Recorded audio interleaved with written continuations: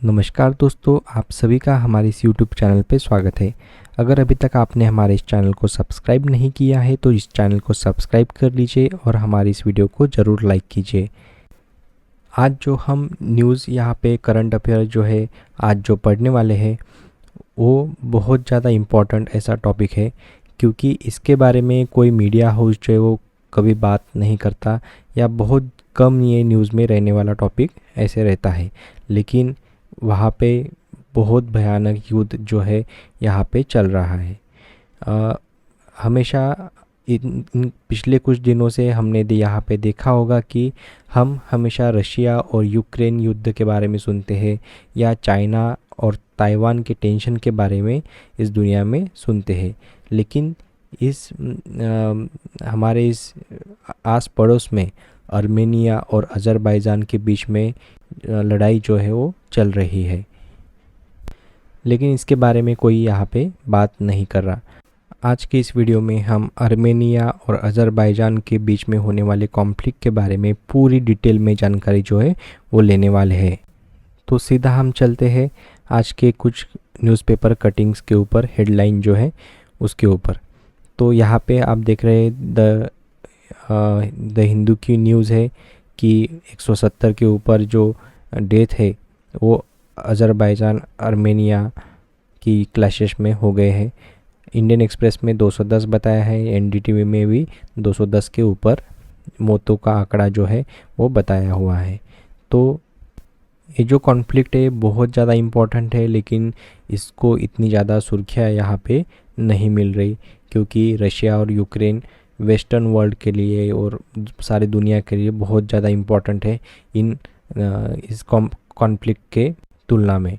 ठीक है, एक सीधा सीधा यहाँ पे लॉजिक रहता है कि जहाँ पे ज़्यादा हथियार बेचने की स्पर्धा रहती है तो वो टॉपिक सबके लिए इम्पोर्टेंट बन जाता है।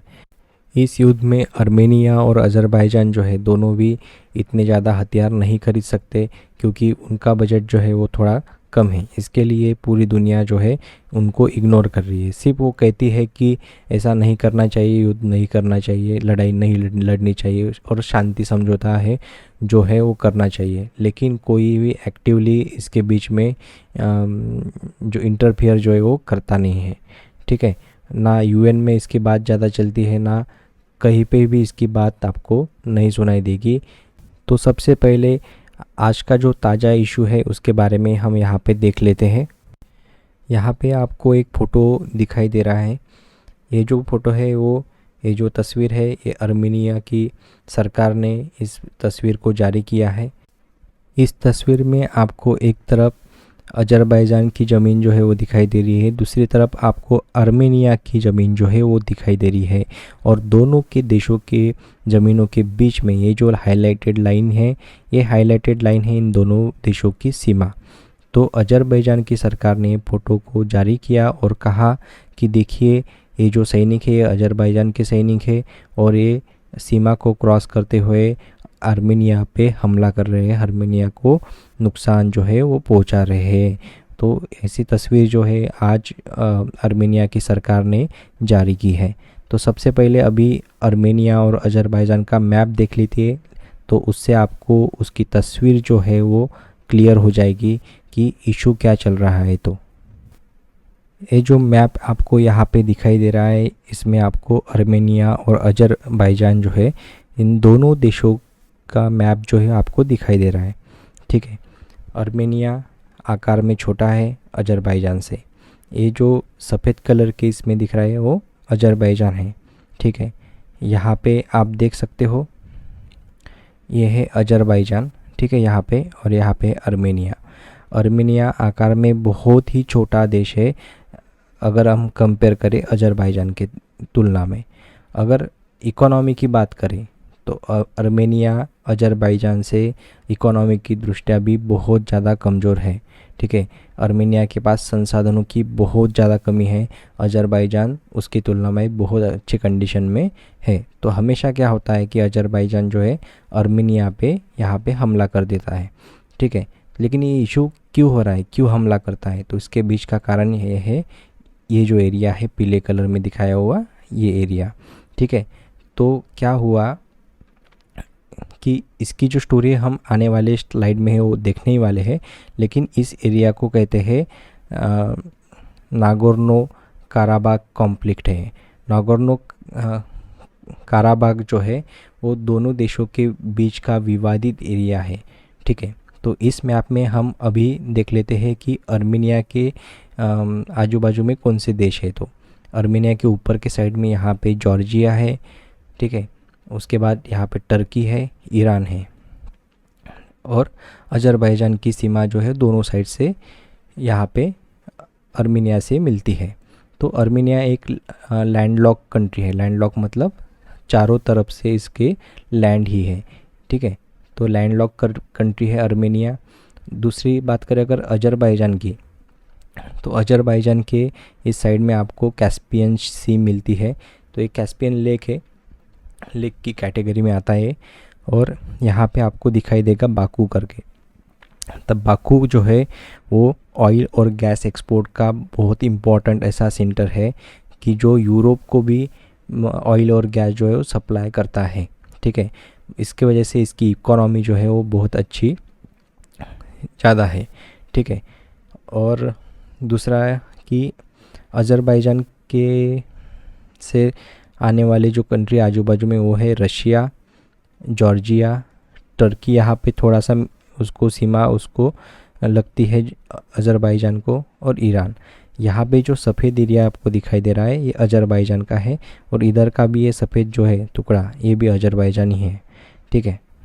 तो हम इस टॉपिक को जो है बहुत ही सिंपल भाषा में यहाँ पे समझेंगे। 1991 की बात है। पहले जो अभी का जो रशिया है वो उसे हम पहले यूएसएसआर कहते थे। यूएसएसआर में मतलब सोवियत रशिया 1991 में टूट गया, और उसमें से 15 देश जो है वो अलग हो गए। उसमें से 2 देश है अर्मेनिया और अजरबैजान, जो पिछले मैप में आपने देखे हैं। अर्मेनिया आकार में छोटा है। ये जो अर्मेनिया देश है ये ईसाई बहुल है, ईसाई बहुल है। और अजरबैजान जो है ये मुस्लिम बहुल देश है। लेकिन हम यहाँ पे क्यों बता रहे ईसाई बहुल और मुस्लिम बहुल, क्योंकि ये राजनीति है।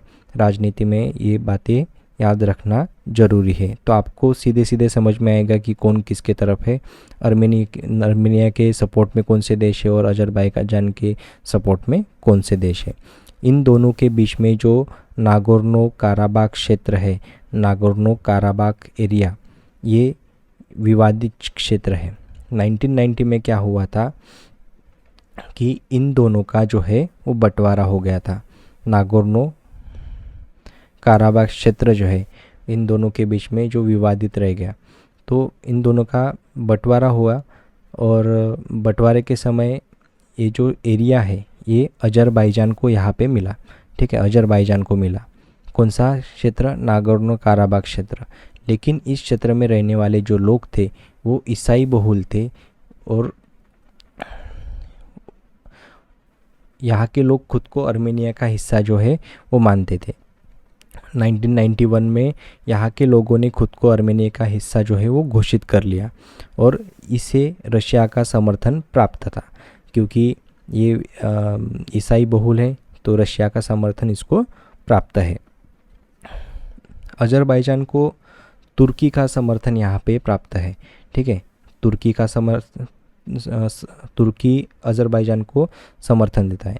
क्यों करता है, तो 2-3 कारण यहाँ पे आपको दिखाई पड़ सकते हैं कि पैसों के मामले में पावरफुल है अजरबैजान, तो तुर्की जो है अपने हथियार बेचता है अजरबैजान को। और दूसरी बात है कि ये एक मुस्लिम बहुल राष्ट्र है, मुस्लिम राष्ट्र है, तो तुर्की खुद को मुस्लिम राष्ट्रों का रखवाला समझता है। इसके वजह से जहाँ जहाँ पे मुस्लिम कंट्रीज़ का इशू रहता है वहाँ पे तुर्की को आना ही चाहिए। तो उस हिसाब से तुर्की जो है उसको हथियार देता है। और अजरबैजान जो है हमेशा अर्मेनिया को दबाने की कोशिश यहाँ पे करता रहता है। अर्मेनिया को क्यों दबाने की कोशिश रहता है, तो क्षेत्र के हिसाब से, क्षेत्रफल के हिसाब से अर्मेनिया तो सबसे पहले तो छोटा है, और दूसरा उनके पास संसाधनों की कमी है। मैंने जब मैप पढ़ाते हुए बताया आपको कि वहाँ पे एक ऑयल एक्सपोर्ट होता है, गैस और ऑयल एक्सपोर्ट होता है, तो उसके हिसाब से अजरबैजान के पास पैसे की कमी नहीं है। बहुत ज़्यादा पैसा अजरबैजान के पास है अगर हम कंपेयर करें आर्मेनिया से तो, ठीक है। तो अगर आप कह सकते हो कि उसको तो रशिया का समर्थन प्राप्त है, लेकिन रशिया यहाँ पे सिर्फ पीस कीपिंग फोर्स का काम करता है, मतलब अपना शांति सैन्य जो है वो भेज देता है, लेकिन हथियारों की मदद आर्मेनिया को ज़्यादा नहीं करता। तो अभी क्या हुआ, इस मैप में आप देख सकते हो, यहाँ पे जो आपको ये जो डॉट डॉट यहाँ पे दिखाई दे रहे हैं हरे कलर के, ये हरे कलर के जो डॉट है यहाँ पे यहाँ पे यहाँ पे यहाँ पे, तो अभी क्या किया अज़रबैजान ने, तो यहाँ पे मिसाइल अटैक कर दिए, ठीक है, मिसाइल छोड़ दिए आर्मेनिया के अंदर तक, ठीक है। तो यहाँ पे दो फ्रंट पे यहाँ पे युद्ध अभी चल रहा है, लड़ाई जो है वो चल रही है। तो कहाँ पे, एक तो नागोर्नो काराबाख यहाँ पे भी जो है लड़ाई चल रही है, और दूसरा आर्मेनिया के बॉर्डर पे, आर्मेनिया के अंदर घुसकर अज़रबैजान जो है वो मिसाइल जो है और गोलीबारी जो है कर रहे हैं। तो यहाँ पे एक सवाल आना साहजिक है कि आर्मेनिया तो ईसाई बहुल राष्ट्र है, तो वेस्टर्न वर्ल्ड इसको मदद क्यों नहीं करता। सबसे इम्पोर्टेंट कारण है कि उनके पास संसाधनों की कमी है। अगर उनके पास संसाधन होते गैस जैसे या ऑयल जैसे, तो सब लोग उनके हेल्प के लिए आ जाते, क्योंकि उनके पास पैसा रहता, और जहाँ पे पैसा रहता वहाँ पे वो हथियार बेच सकते थे वेस्टर्न वर्ल्ड, तो इसलिए उनको मदद नहीं करते। तो आप कह सकते धर्म के आधार पर क्यों नहीं करते, तो वो ऐसा है कि यूरोप में विंटर अभी आने वाला है, रूस पे लगे हैं सैंक्शंस, तो उससे गैस और ऑयल जो है वो अभी उसको कम करना होगा, क्योंकि सैंक्शंस में वो नहीं खरीद सकते। तो उन्हें अज़रबैजान से ये गैस जो है वो मिल सकता है, उसकी वजह से यूरोपीय देश भी इस मामले में कुछ बात नहीं कर रहे। 2 साल पहले 2020 में यहाँ पे कॉन्फ्लिक्ट हुआ था, जो ये लड़ाई जो है वो लड़ी गई थी, जिसमें 6500 से ज़्यादा लोग जो है वो मर गए थे, ठीक है। नागोर्नो काराबाख के लिए लड़ाई जो लड़ी गई थी वो 6 महीने से ज़्यादा यहाँ पे चली थी।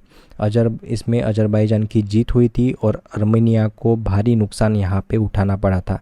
बीच बचाव किया था रूस ने, और यहाँ पे शांति स्थापित की गई थी। अभी जो लड़ाई जो चल रही है वो नागोर्नो काराबाख और आर्मेनियाई सीमा पे लड़ाई चल रही है। स्लाइड में आप देख सकते हो, यहाँ पे जो सीमा है अज़रबैजान और आर्मेनिया की, यहाँ पे भी गोलीबारी जो है वो चल रही है। जुर्मुक, गोरीस और कापन, ये 3 शहर हैं आर्मेनिया के। इन शहरों पर अज़रबैजान ने ज़बरदस्त गोलीबारी की है। तो इसमें अज़रबैजान का क्या कहना है, तो उनका कहना है कि आर्मेनिया के सैनिकों ने उकसाया, इसलिए कार्रवाई हो रही है। मतलब वही है कि आर्मेनिया जो है वो अज़रबैजान की तरफ इशारा कर रहा है, और अज़रबैजान बोल रहा है कि नहीं, आर्मेनिया की गलती है, ठीक है। और अभी रूस ने बीच बचाव किया, और गोलीबारी तत्काल अभी रोकी गई है, सीज़ फायर यहाँ पे हुआ है। ये टॉपिक इतना इम्पोर्टेंट इसलिए है क्योंकि अभी यूक्रेन और रशिया का युद्ध चल रहा है, लड़ाई चल रही है। वो लड़ाई होने के बाद रशिया का पूरा फोकस इस इशू पर हो सकता है। क्यों हो सकता है, तो क्योंकि ये हॉट सेंटर है। मतलब क्या, तो अज़रबैजान की तरफ से कौन, मतलब अज़रबैजान को सपोर्ट कौन कर रहा है, तुर्की कर रहा है। तुर्की है नाटो का सदस्य देश है, और उसके आर्मेनिया को सपोर्ट कौन कर रहा है। हाँ, डायरेक्ट हथियारों की सपोर्ट ना कर रहा होगा, लेकिन ही उनको सपोर्ट रशिया का है। तो हो सकता है कि रशिया अपने जो हथियार है वो आर्मेनिया को दे, और इस युद्ध को, वो भी इस लड़ाई को और ज़्यादा घातक जो है वो बना सके, ठीक है। तो हो सकता है कि अगला जो मतलब कुछ सालों बाद ये जो लड़ाई है वो फिर से यहाँ पे चालू हो जाए, और इससे भी बहुत ज़्यादा घातक उसका स्वरूप रहे। तो ठीक है, आज अज़रबैजान और आर्मेनिया का जो लड़ाई है उसके बारे में डिटेल में यहाँ पे पढ़ा है। तो आपको ये वीडियो कैसे लगा मुझे ज़रूर कमेंट सेक्शन में बताइए, और हमारे इस वीडियो को लाइक ज़रूर कीजिए। Thank you.